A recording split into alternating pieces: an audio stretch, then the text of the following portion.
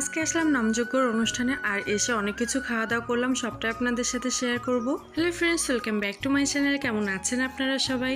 আজকে যেহেতু শুক্রবার ছিল সেজন্য আমরা তিনজন বেরিয়েছিলাম একটু বিকালের দিকে ঘোরার জন্য। পরে মনে পড়েছে যে আজকে শ্মশানে নামযজ্ঞর অনুষ্ঠান আছে, সেজন্য লেট করে নিয়ে সোজা এখানেই চলে এসেছে। আর এখানে নামযজ্ঞর অনুষ্ঠানটা একদিনের জন্যই হয়।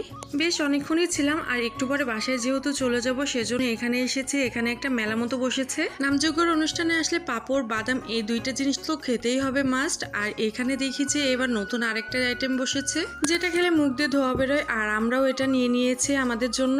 আমি আগে কখনো এটা ট্রাই করি নাই, আপনারা কে কে আগে ট্রাই করেছেন আমাকে কমেন্ট করে জানাবেন। আর এটার দাম নিয়েছিল মাত্র 30 টাকা, বেশ ভালোই লেগেছে, কিন্তু আপনাদের সাথে শেয়ার করা হয় নাই কারণ এই ভিডিওটা যেহেতু মাম্মার বাবা করছিল ও তখন বুঝতে পারে না এই ভিডিও ক্লিপটা নেওয়া হয় নাই তাই। আর আগেই যে বললাম নামযজ্ঞের অনুষ্ঠানে আসলে পাঁপড় আর বাদাম এই দুইটা তো খেতেই হবে, এই জন্য পাঁপড় তো আগে নিয়ে নিয়েছি। আর এখন বাদামটা নিয়ে নিব আর বাসার জন্যও নিয়ে যাব পাঁপড় আর বাদাম। এখান থেকে এই আইসক্রিমটাও নিয়ে নিলাম। এই আইসক্রিমটা তো সবসময় পাওয়া যায় না, অন্য আইসক্রিম তো দোকানে কিনতে পাওয়া যায়, কিন্তু এইগুলো মেলাতে ছাড়া আমি দেখতে পাই না তেমন একটা, তাই যখনই দেখতে পাই তখনই কিনে ফেলি কারণ ওই আইসক্রিমটা আমার বেশ ভালোই লাগে। এখানে তো নাগরদোলাও বসেছে আর মাম্মা বারবার করে বায়না করছিল নাগরদোলাতে উঠবে তাই, কিন্তু তেমন একটা লোক ছিল না সেজন্য উঠতে পারে নাই। আর আমার নাগরদোলনাতে উঠতে অনেক বেশি ভয় লাগে, কিন্তু মাম্মা একদমই ভয় পায় না নাগরদোলনাতে উঠতে, তো ওঠানো হয় না, এই জন্য অনেক বেশি কান্নাকাটি করছিল ওই সময়।